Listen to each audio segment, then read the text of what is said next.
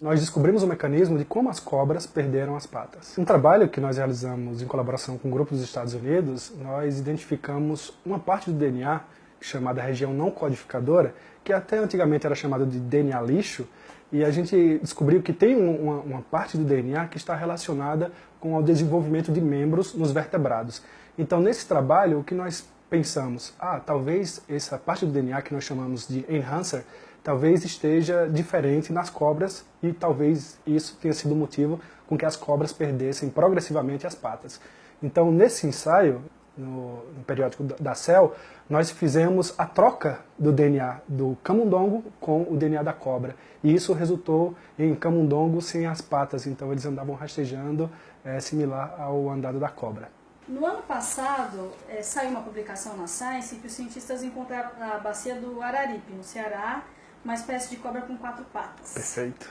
Como que essa descoberta de vocês pode fazer uma relação sobre a história evolutiva das cobras, né?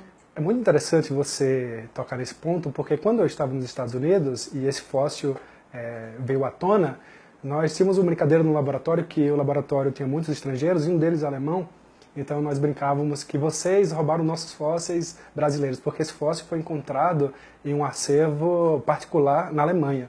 E ele foi datado de 120 milhões de anos e era da região do Nordeste brasileiro, provavelmente da região do Araripe. Então é um fóssil muito interessante, que ele é muito bem preservado e nele a gente consegue ver que a cobra naquele período já tinha um corpo alongado e também a presença ainda das 4 patas. Então o que nós chamamos de fóssil transicional, e isso é tão interessante para a gente porque a gente viu primeiro a cobra inicialmente alongou o corpo para depois perder as patas progressivamente. Nós provamos que a degeneração do enhancer, então o acúmulo de mutações ao longo do tempo, que fez com que progressivamente as cobras perdessem as patas. Esse trabalho foi dividido em 2 etapas, a parte in vitro e a parte in vivo. Então nós selecionamos 17 vertebrados, desde humanos até o selacanto, que são espécies que estão evolutivamente distantes há mais de 400 milhões de anos, e nós clonamos essa região, esse DNA, esse enhancer, nesse plasmídio para a gente saber se aquele enhancer ainda era funcional em todos os 17 vertebrados. Ou seja, nós queríamos saber se existia um padrão de expressão daquele enhancer, se ele era conservado desde humanos, camundongos, morcegos, golfinhos e até selacantos. Selacantos é uma espécie rara de peixe chamada de espécie fóssil, porque ela se mantém da mesma forma, estrutural e geneticamente, por mais de milhões de anos. Então nós chamamos de um fóssil vivo, que é o selacanto. Então nós tiramos aquele trecho específico do DNA de cada uma dessas 17 espécies e colocamos dentro de uma bactéria. Depois injetamos em camundongos para ver o padrão de expressão. Então queríamos saber se esse enhancer estava relacionado à expressão de qual gene e em qual parte do tecido do camundongo.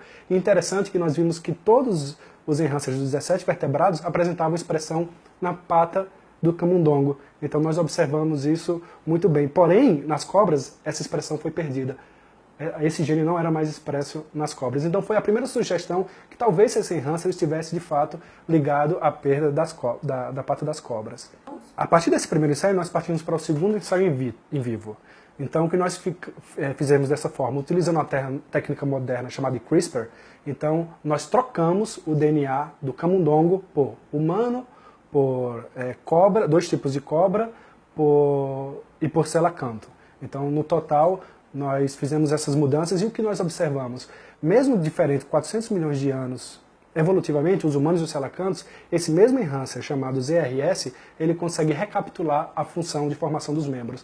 Ou seja, o enhancer tanto humano quanto do selacanto, quanto colocado no genoma do camundongo, ele consegue desenvolver as patas normalmente do camundongo.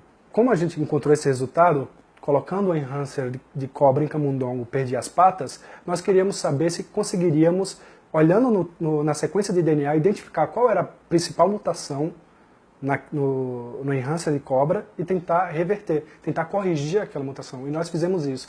Nós identificamos um trecho muito pequeno de 17 pares de bases que está deletado em todas as cobras e presente em todos os outros vertebrados. Então nós pensamos, talvez se nós repuséssemos esses 17 pares de bases, talvez poderíamos recapitular a função do enhancer e desenvolver normalmente os membros do camundongo. E foi isso que nós obtivemos. Assim que adicionamos 17 pares de base, ou o camundongo nasceu com as patas normais? E se fizéssemos o contrário, se colocasse patas em cobras, como imaginaríamos que seria? Pergunta para a ciência, pergunta para o futuro.